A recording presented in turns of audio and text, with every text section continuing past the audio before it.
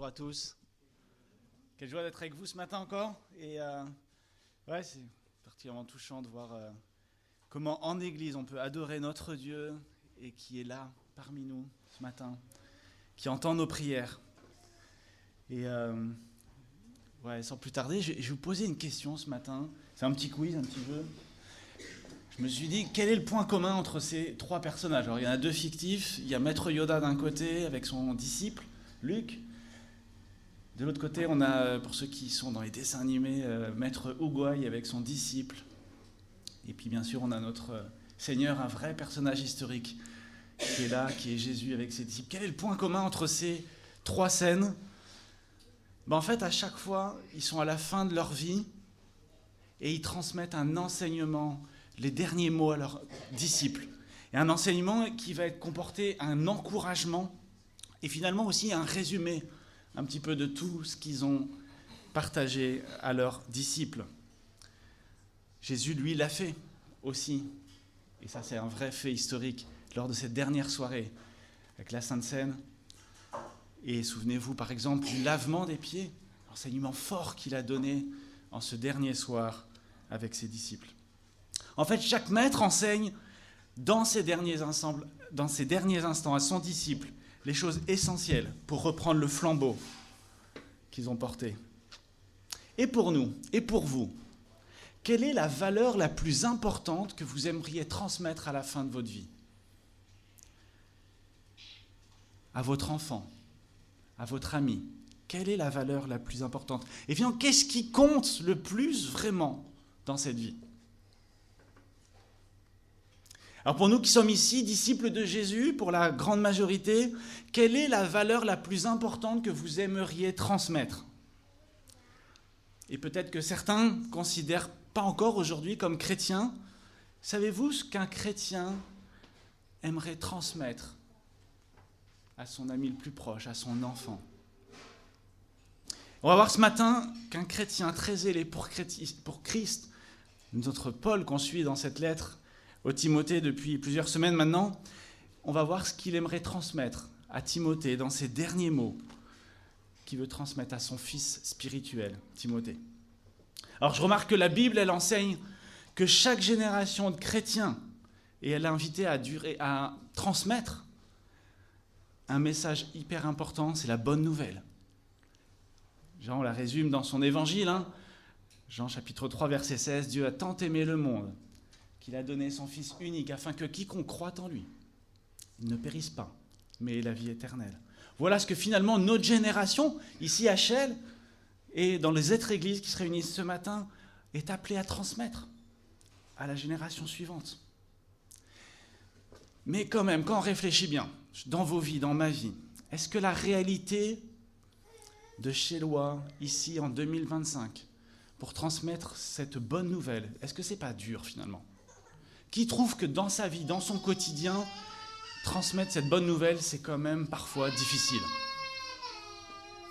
On est quelques-uns, je pense que ouais. Comment persévérer face aux faux enseignements qu'on a dans la Bible, face aux faux enseignements de la Bible qu'on retrouve à l'école, par exemple, parfois, qu'on retrouve sur nos réseaux sociaux? Dans le contexte musulman de Chelles, comment persévérer face aux faux enseignements? Comment persévérer face au sentiment de solitude qu'on peut rencontrer pour enseigner la parole de Dieu? Si peu d'églises à Chelles. Regardez combien d'églises sont présentes sur Chelles. Et puis en plus, localement, ici, on manque d'enseignement. On manque d'enseignants, je veux dire, pour enseigner nos enfants, les groupes de maison. Et puis je ne parle même pas de la prédication, on doit inviter un pasteur de l'année. Comment faire? Comment persévérer? En fait, c'est un peu ce que nous propose la conclusion de Paul dans ce 4e chapitre de la 2e lettre de Paul au Timothée. Il va nous transmettre cette information de comment faire, comment persévérer. Paul, il écrit à Timothée, son enfant bien-aimé, légitime en la foi. On le sait, on l'a vu au verset 6 la semaine dernière avec Évrard, il va bientôt mourir. Regardez au verset 6, mon départ approche. Si vous avez déjà vos Bibles ouvertes, nous arrivons sur les derniers mots de la dernière lettre à son compagnon, avec qui il œuvre depuis 20 ans.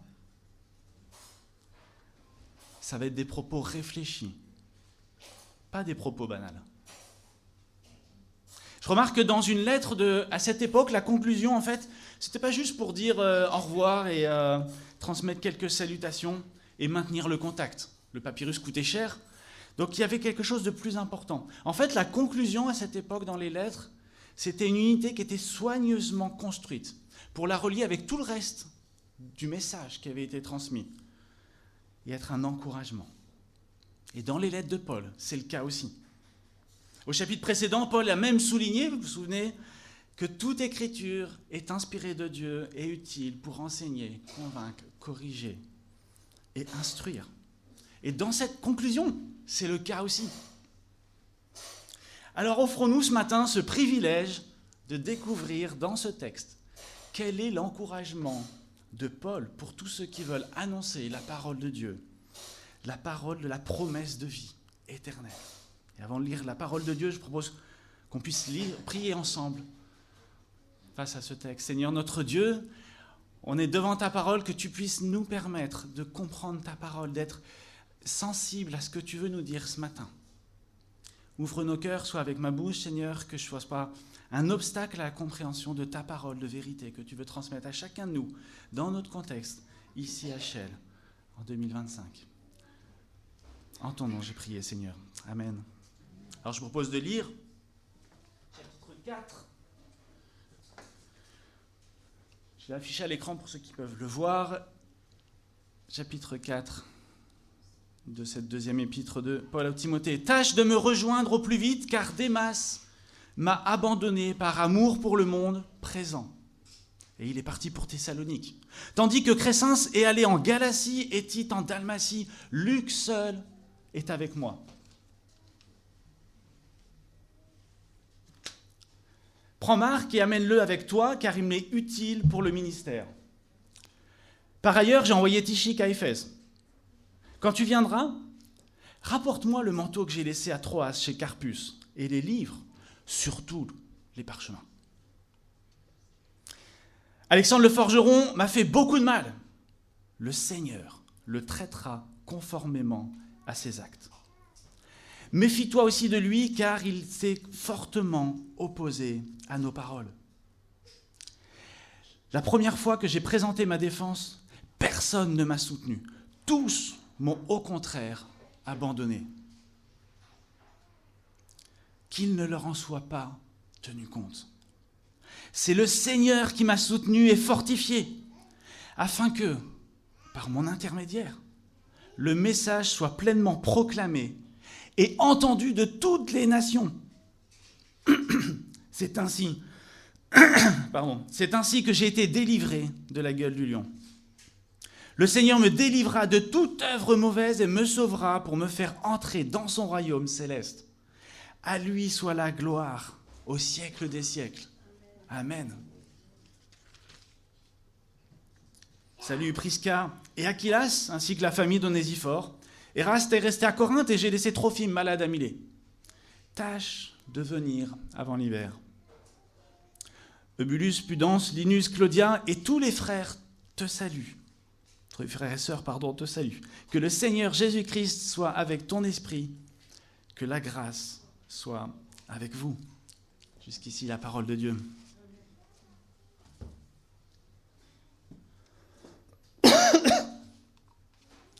L'encouragement de Paul est de persévérer, malgré les obstacles, dans l'annonce de l'Évangile. Alors je pense qu'ici, vous pourriez me citer pas mal d'obstacles. Pardon, j'ai une voix défaillante ce matin, mais c'est pas grave. Je pense que vous pourriez me citer pas mal d'obstacles dans vos vies qui vous empêchent d'annoncer la promesse de vie à ceux qui nous entourent. Que cela soit au travail, dans mon quartier, auprès de mes proches. Et même si on est honnête, en tout cas c'est mon cas, je pense que je me donne moi-même des obstacles aussi. Je ne suis pas assez formé, je ne sais pas parler, je n'ai pas le temps. Tout comme un disciple auprès de son maître spirituel, la parole de Dieu ce matin, elle veut enseigner chacun de nous une chose. Comment notre génération ici à Chelles doit reprendre le flambeau de l'annonce de la promesse de la vie éternelle. On va voir que face aux difficultés qui s'opposent à l'annonce de la bonne nouvelle aux Chélois, qui nous entourent, on va voir comment réagir. Et je vous propose de résumer ce que Paul nous enseigne dans ce passage ainsi. Persévère. Persévère. Car Jésus pourvoit aux besoins physiques et spirituels nécessaires à l'annonce de la promesse de vie. On va voir de versets 9 à 13, face aux difficultés, persévère, car Jésus pourvoit aux besoins physiques nécessaires à l'annonce de la promesse de vie. Et on verra des versets 14 à 21, face aux difficultés, persévère, car Jésus pourvoit aux besoins spirituels nécessaires à l'annonce de la promesse de vie. On va enchaîner sur cette première partie. Paul exprime finalement, si vous prenez la parole, un sentiment d'urgence au verset 9. Regardez, tâche de me rejoindre au plus vite. Merci beaucoup.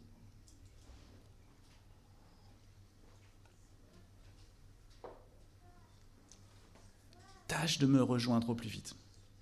J'observe que cet impératif, tâche de venir, vous le retrouverez au verset 21, juste à la fin de votre passage. C'est une manière à l'époque de surligner, de délimiter l'exhortation finale, un peu comme un gros surligneur, et ça permet d'encadrer cette exhortation finale de Paul. Mais pourquoi a-t-il besoin si rapidement de Timothée ?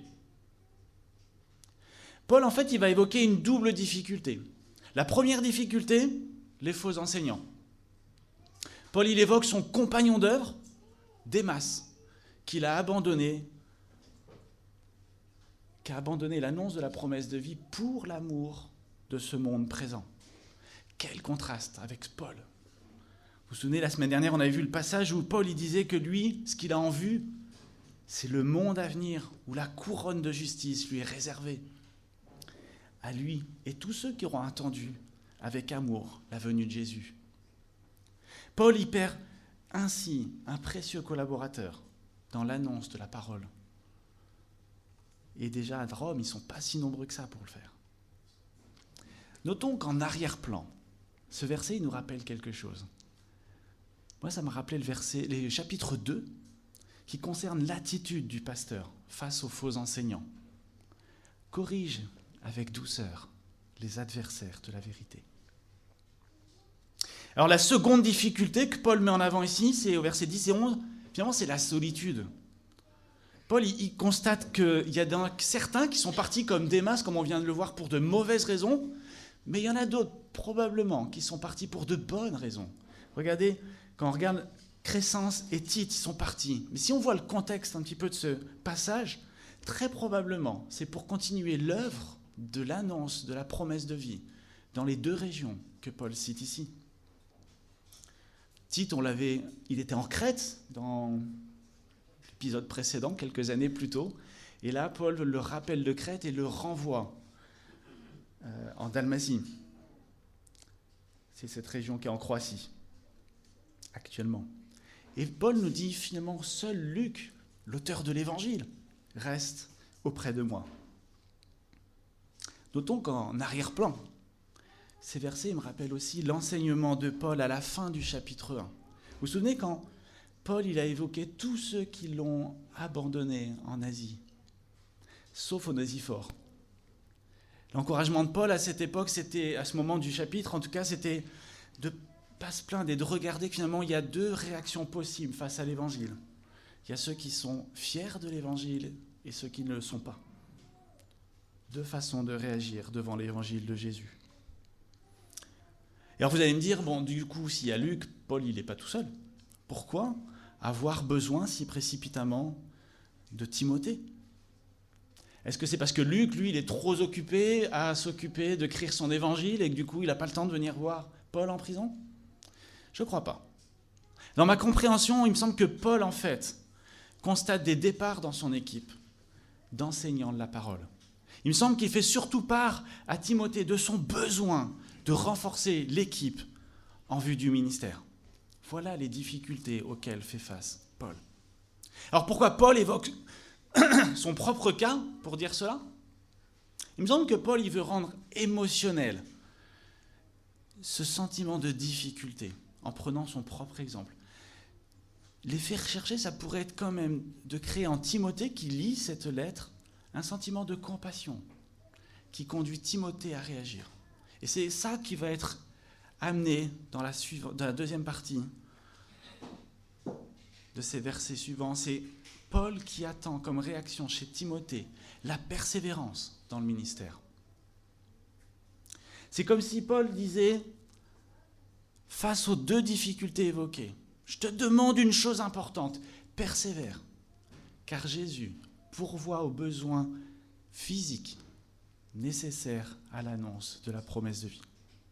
Alors, c'est quoi ces besoins physiques dont Paul parle ? Eh bien, je pense que le premier, on l'a déjà vu, c'est une équipe. L'annonce de la bonne nouvelle, elle ne se fait jamais seule. C'est pour cela que Paul, au verset 11, demande à Timothée de venir. Et en plus de faire venir qui ? Marc, car il m'est utile pour le ministère. C'est ce même Marc qui a été mis sous discipline 20 ans plus tôt par Paul, mais le pardon a été là, et ils ont travaillé ensemble. Et depuis Marc, lui, il a écrit son évangile aussi. Paul a besoin dans l'équipe de personnes aussi qui s'occupent de la logistique. C'est le cas de Tychik. Tychik qui sera chargé de transporter cette lettre, il l'a déjà fait pour 2 autres lettres au préalable, et probablement, en fait, il va pouvoir aider l'église d'Éphèse en arrivant à Éphèse et envoyer Timothée et faire un petit peu le suppléant de Timothée dans cette église d'Éphèse, durant le séjour de Timothée à Rome. Et quand on se rappelle que Paul, il est dans ses derniers mois avant de mourir, moi je pense qu'on peut traduire cette demande par un mot. Persévère. Persévère. Persévère jusqu'au dernier souffle dans l'annonce de la parole. Et notons qu'en arrière-plan, ces versets nous rappellent aussi une autre partie de la lettre, le début du chapitre 4, qu'on avait vu la semaine dernière avec Évrard. Prêche la parole. Insiste en toute occasion, qu'elle soit favorable ou non. Quel encouragement pour nous. On a vu, le premier besoin physique, c'est d'avoir une équipe, et le second besoin physique de Paul, c'est d'avoir du matériel. Un manteau pour ne pas avoir froid, comme vous pouvez le voir. Il est en prison, il ne doit pas faire très chaud, le chauffage n'est pas là. Et il demande aussi des rouleaux et papyrus. Des rouleaux de papyrus et des manuscrits, qui sont probablement en fait des choses pour continuer à écrire, soit des lettres, soit des encouragements, soit ses pensées. Et le manuscrit, probablement, c'est des choses très chères à l'époque, probablement contiennent l'Ancien Testament et donc la parole de Dieu. En fait, si je paraphrase, Paul il dit en creux ceci à Timothée avec ces versets. Persévère. Persévère car des frères se tiennent à tes côtés pour t'aider dans le ministère. Persévère car des frères se tiennent à tes côtés et pourvoient à tes besoins matériels. Et je me demandais, et si c'était toi le prochain Marc de l'église de Chelles ? Tu sais, une personne qui se lève et qui va au service de la proclamation de la parole, qui aura le courage de faire confiance à notre Dieu, pas regarder au cou, abandonner ses rêves de carrière, son confort, sa sécurité, déménager loin de sa famille. Et si c'était toi le prochain Marc ? Et peut-être que tu dis non, mais peut-être que tu seras le prochain Tychik, ce serviteur qui vient porter le courrier, qui s'occupe de la logistique, qui va être un soutien logistique important pour aider l'enseignant dans sa tâche. Ces frères se tiennent aux côtés de Paul dans l'annonce de la parole. Mais finalement, à travers eux, c'est Jésus qui se tient à ses côtés. C'est Jésus qui se tient aux côtés de Paul pour pourvoir à ses besoins physiques. En réalité, un pasteur n'est jamais seul. Et pour nous, à Chelles, quel enseignement pouvons-nous en tirer ? Alors, je vous en propose 3 ce matin. Il y en aura peut-être d'autres, mais le premier enseignement, c'est que veillons à ce que nos enseignants, pasteurs, moniteurs, enfants, corrigent avec douceur les adversaires de la parole. L'Église, elle a ce rôle d'évaluer l'enseignant. C'est comme ça que Paul en parle dans 1 Corinthiens 14, verset 29, vous pourrez vérifier. L'Église a ce rôle d'évaluer l'enseignement. Le deuxième enseignement, prenons soin physiquement de nos enseignants et de ceux qui sont appelés. Alors c'est Noël, donc offrons-leur des livres qui vont les aider à la proclamation de la parole, mais soyons aussi attentifs à leurs besoins matériels et physiques. J'observe en côtoyant plusieurs pasteurs maintenant, que beaucoup, ou certains en tout cas, galèrent par exemple par rapport à un problème de voiture et ne peuvent pas faire des visites des uns et des autres dans l'église parce que leur voiture elle est en panne et ils n'ont pas assez d'argent pour la réparer.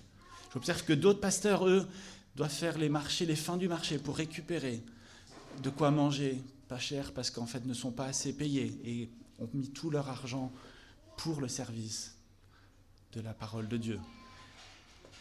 Mes frères et sœurs, soyons attentifs à ceux qui prononcent, qui proclament la parole de Dieu pour veiller à leurs besoins pour le ministère.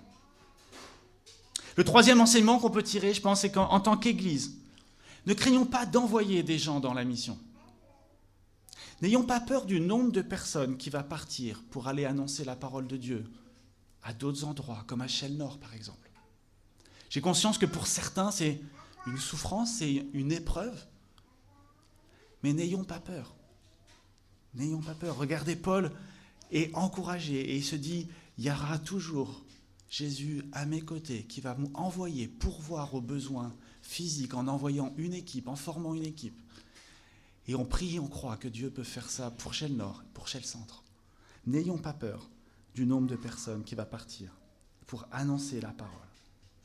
Alors encourageons par cette attitude de confiance en Dieu toute l'équipe de leaders à aller dans ce sens. Voilà pour les besoins physiques du ministère, mais le plus important de l'exhortation de Paul, en fait, il est dans cette deuxième partie, qui commence de nouveau par un faux enseignant qui est contre la parole de vérité. Paul, en fait, il va reprendre les mêmes difficultés, un faux enseignant de la parole, versets 14-15, regardez, comme au verset 10, et un sentiment de solitude pour annoncer la promesse de la vie, verset 16, comme au verset 11. Mais il y a une différence, vous savez laquelle c'est ? Paul, en fait, souligne ici le regard spirituel que doit avoir Timothée face aux difficultés. Au verset 14-15, Paul évoque Alexandre, qui s'est fortement opposé à nos paroles. Je me suis dit, mais est-ce qu'on voit une trace d'amertume, de vengeance dans le propos de Paul dans ces versets ? Est-ce que vous en voyez une, vous ? Moi, à sa place, j'aurais mis toutes mes tripes à dire toutes mes tripes. J'aurais voulu que justice soit faite. J'aurais condamné moi-même avec mes propos, mes pensées. Mais Paul, qu'est-ce qu'il fait là ? Non. Aucune trace d'amertume dans son propos. Pourquoi ? Regardez avec moi. Car le Seigneur le traitera conformément à ses actes. Paul, en fait, il rappelle ici que c'est Jésus qui jugera. Pas besoin de nourrir de sentiments d'amertume. C'est Jésus qui est le juste juge. Comme il le dit au début du chapitre 4, Jésus-Christ qui doit juger les vivants et les morts au moment de sa venue. Ce n'est pas le rôle de l'enseignant de la parole. C'est Jésus qui pourvoit à notre besoin spirituel de voir un juste jugement pour tous ceux qui sont contre lui. Notons qu'en arrière-plan, ces versets 14 et 15, il me rappelle aussi l'enseignement de Paul au début du chapitre 3. Timothée était prévenu de l'adversité face au pasteur. Et un des versets qui était noté, ils auront l'apparence de la piété, mais renieront ce qui en fait la force. Éloigne-toi de ces gens. Au verset 16, Paul poursuit et il évoque cette audience préliminaire. Une audience au cours de laquelle l'accusation était lue. Paul, il a eu l'occasion de faire sa première déclaration, mais aucun témoin en sa faveur. Tous l'ont abandonné. Savez-vous pourquoi il était devant les juges ? Est-ce qu'il avait commis une faute, Paul ? Est-ce qu'il avait volé quelque chose, menti ? Non. La seule raison pour laquelle Paul était devant les juges, c'est parce qu'il avait annoncé que Jésus, c'était le Messie, le Sauveur, le seul moyen de rétablir la relation entre les hommes pécheurs et le Père Céleste. Procès injuste, abandonnez tous, la mort comme issue, ça vous rappelle rien ? Comment ne pas se rappeler que Jésus, lui, il a vécu la même chose ? Enfin, Pas tout à fait la même chose. Parce que Jésus, lui, il n'avait jamais péché. Jamais eu une mauvaise pensée. Pour Jésus, c'était le procès le plus injuste possible. Jésus, toute sa vie, a fait que des paroles qui étaient maîtrisées. Pas une seule parole mal contrôlée. Paul, il exhorte ici Timothée, dans les moments de solitude, à se souvenir d'une chose finalement, dans les difficultés. Jésus, c'est un précieux soutien à tes côtés. Parce que lui, il a enduré la croix. Jésus, il a vécu ce sentiment de solitude qu'évoque Paul. Ce sentiment qui lui fera dire sur la croix, mon Dieu, pourquoi m'as-tu abandonné ? Jésus connaît ce sentiment. Jésus, il comprend mieux que quiconque ton sentiment de solitude face à la mission d'annoncer la bonne nouvelle.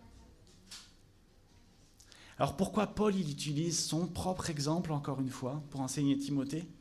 Parce qu'en fait, c'est une réalité historique. Ce n'est pas une intelligence artificielle.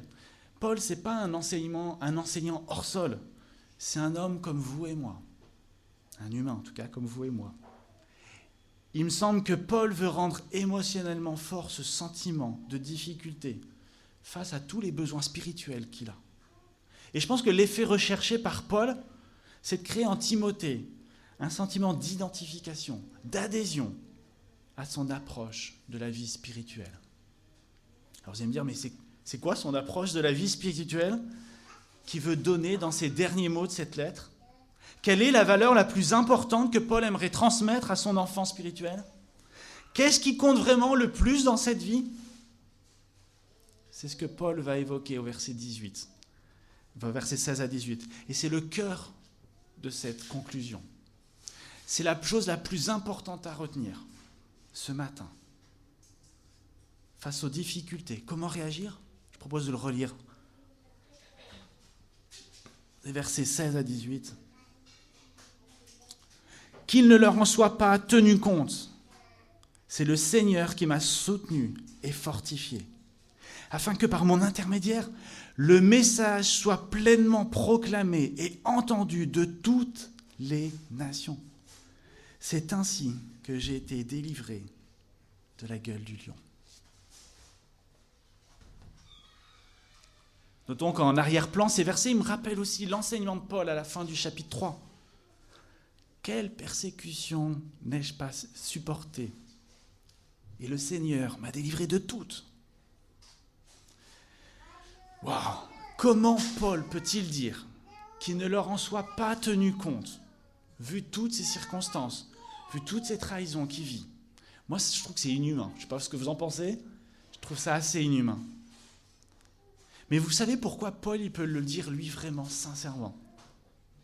Parce qu'il est hyper connecté avec Jésus. Lui, il n'est pas en 3G ou 4G, il est en 5G, 10G, 100G avec Jésus.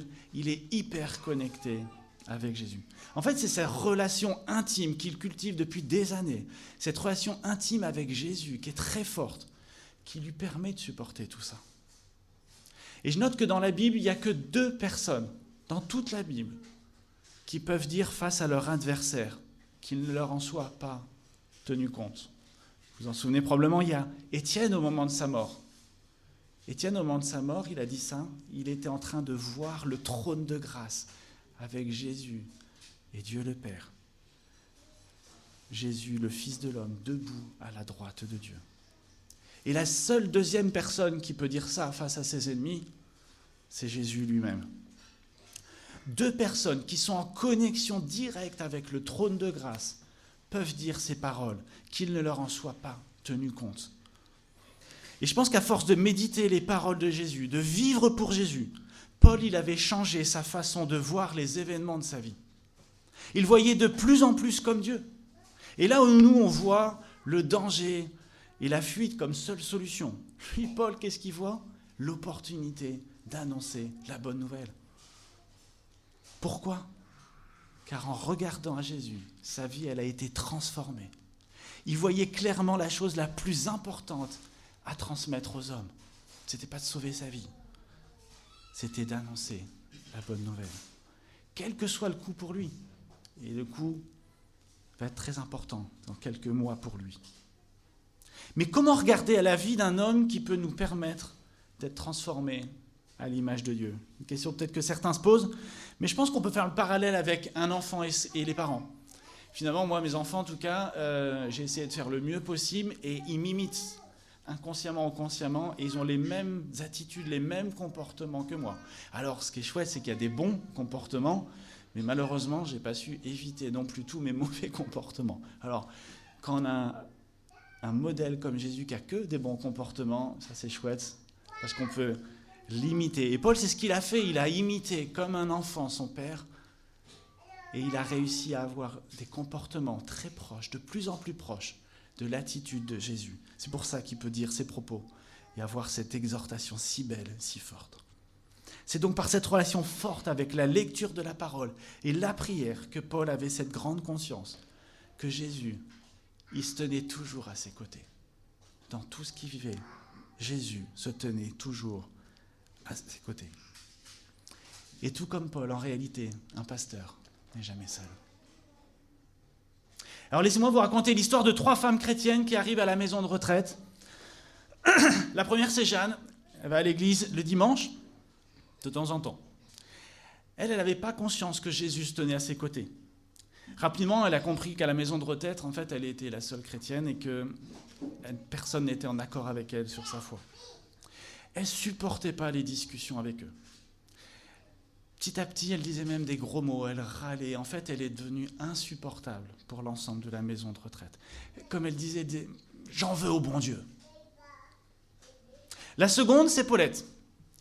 Paulette, elle aime prier, adorer Dieu tous les dimanches. Et elle va à l'église. Elle prend conscience que chaque dimanche, Jésus, il se tient à ses côtés. Et le reste de la semaine, c'est la super mamie. Vous voyez, la genre de super mamie qui est en relation avec tout le monde, qui aide plein de gens. Mais elle n'est pas souvent en relation avec Jésus, le reste de la semaine. En arrivant à cette maison de retraite, elle est toujours aussi gentille avec les gens. Et rapidement, elle comprend qu'en fait, elle est la seule chrétienne et que personne n'est en accord avec elle sur sa foi. Lors de ses obsèques, tout le monde a été surpris de savoir qu'elle était chrétienne. La troisième, c'est Albertine. Albertine, elle aime lire la parole de Dieu. Elle la lit le matin, le soir. À 14h, elle la lit, mais bon, c'est plutôt le livre sur le ventre et puis elle s'endort. Mais vous voyez la grande sœur Albertine, passionnée de Jésus. Elle a conscience que Jésus se tient à ses côtés tout le temps. Rapidement, elle a compris que dans la maison de retraite, elle était la seule chrétienne et que personne n'était vraiment en accord avec sa foi. Mais Albertine, à peine arrivée, elle a commencé à parler, à organiser un groupe de discussion sur la parole de Dieu. Au moment de Noël, qu'est-ce qu'elle a fait? Elle a placardé une affiche pour relayer le fait que son église locale faisait une chorale pour Noël, vendredi prochain. Vous voyez, Albertine, elle parlait tout le temps de Dieu. Tout le monde voyait qu'elle attendait avec joie et paix. Elle n'attendait pas son enterrement, Albertine. Elle attendait son anciennement. Ce jour-là, dit-elle, je serai délivrée de toutes les vieilleries et je retrouverai tous ceux qui aiment Jésus. Permettez-moi de vous poser la question, à quelle personne aimeriez-vous ressembler? J'ai mon petit faible pour Albertine. Elle m'encourage beaucoup. Et Albertine, je connais un Albert qui est exactement comme ça. Il m'encourage tellement. Elle a persévéré, notre Albertine, malgré toutes les difficultés, d'annoncer la bonne nouvelle. C'est ainsi que, comme Paul, elle pouvait louer son Dieu en disant au verset 18, regardez verset 18, « Le Seigneur me délivra de toute mauvaise œuvre, et il me sauvera pour me faire rentrer dans son royaume céleste. À lui soit la gloire au siècle des siècles. Amen. » Paul y finit ensuite la lettre avec des noms qu'il évoque au verset 19 et 20. Et je me demandais, est-ce que ce ne serait pas finalement l'équipe qui allait entourer Timothée? Timothée, la nouvelle génération qui reprend le flambeau. Une nouvelle génération qui a des dons donnés par Jésus, mais aussi des difficultés comme Trophime qui est malade. Une nouvelle génération envoyée par Jésus qui a pu encourager la suivante à persévérer qui a encouragé elle-même la suivante à persévérer, et ainsi de suite, jusqu'à nous, aujourd'hui. Comment ils ont pu persévérer ? Parce que Jésus pourvoit aux besoins physiques et spirituels nécessaires à l'annonce de la promesse de la vie. Paul finit son exhortation, verset 21, avec cette répétition « tâche de venir ». Et puis après, il passe courtement aux salutations et aux bénédictions d'usage. Alors, qu'allons-nous faire dans nos vies de cette lettre ? Comment pouvons-nous vivre à Chelles en 2025 cette exhortation finale de Paul ? Laissez-moi vous suggérer 3 pistes. La première, elle concerne tous les porte-paroles de la bonne nouvelle. Que cela soit au travail, auprès de vos proches, à l'église, auprès des jeunes ou en tant que pasteur. Tout comme Paul. Laisse à Dieu le jugement de ceux qui s'opposent à la Bible. Ne nourris pas d'amertume. Souviens-toi de l'attitude de Jésus. La deuxième exhortation que je vous propose concerne chaque chrétien. Face aux difficultés d'annoncer la parole de la bonne nouvelle, regardons comme Paul et Étienne au trône de grâce. N'oublions pas que nous aussi, nous avons été, et encore maintenant, malheureusement, rebelles aux paroles de Jésus. Moi, vous, chaque Chellois, est dépendant de la grâce de Dieu pour être sauvé. Et la troisième, finalement, elle va répondre à notre question de départ. Quelle est la valeur la plus importante que je veux transmettre ? La chose la plus importante ce matin que j'aimerais qu'on puisse partir avec, retenir, Jésus se tient à tes côtés. Quand tu es en difficulté face à l'annonce de la parole de la vie, Jésus se tient à tes côtés. Et même de façon plus large, quand tu es en difficulté dans la vie, on l'a prié pour notre sœur, Jésus se tient à tes côtés. Prenons-en conscience de plus en plus et recherchons cette intimité comme Paul l'a fait par la prière, la méditation de la parole, pour être de plus en plus à l'image de Dieu transformé de gloire en gloire, à l'image de notre Seigneur Jésus. Pour finir, je parlais d'un poème assez connu, le poème des pas sur le sable. Je trouve qu'il illustre bien ce passage. C'est un poème que j'ai dans la maison, dans un cadre, et il nous rappelle une vérité si importante que ce passage nous dit. Jésus se tient toujours à nos côtés. Alors, je passais la vidéo, et je suis en pleine maîtrise de la vidéo, dépendant absolument de la technique, pour voir que Jésus se tient toujours à ses côtés. Ça va être sans les mots, mais une petite musique et les paroles de ce poème que je vous invite à lire. Jésus se tient toujours à nos côtés. C'est un poème écrit par une personne inconnue il n'y a pas si longtemps que ça.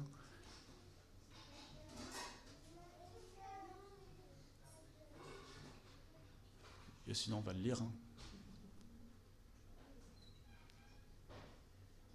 Une nuit, j'ai un songe. J'ai rêvé que je marchais le long d'une plage en compagnie du Seigneur. Dans le ciel apparaissaient les unes après les autres, toutes les scènes de ma vie. J'ai regardé en arrière et j'ai vu qu'à chaque scène de ma vie, il y avait 2 paires de traces sur le sable. L'une était la mienne, l'autre était celle du Seigneur. Ainsi, nous continuons à marcher jusqu'à ce que tous les jours de ma vie avaient défilé devant moi. Alors je me suis arrêté et je regardais en arrière. J'ai remarqué qu'à certains endroits, il n'y avait qu'une seule paire d'empreintes. Et cela correspondait exactement avec les jours les plus difficiles de ma vie. Les jours de la plus grande angoisse, de la plus grande peur, et ainsi de la plus grande douleur.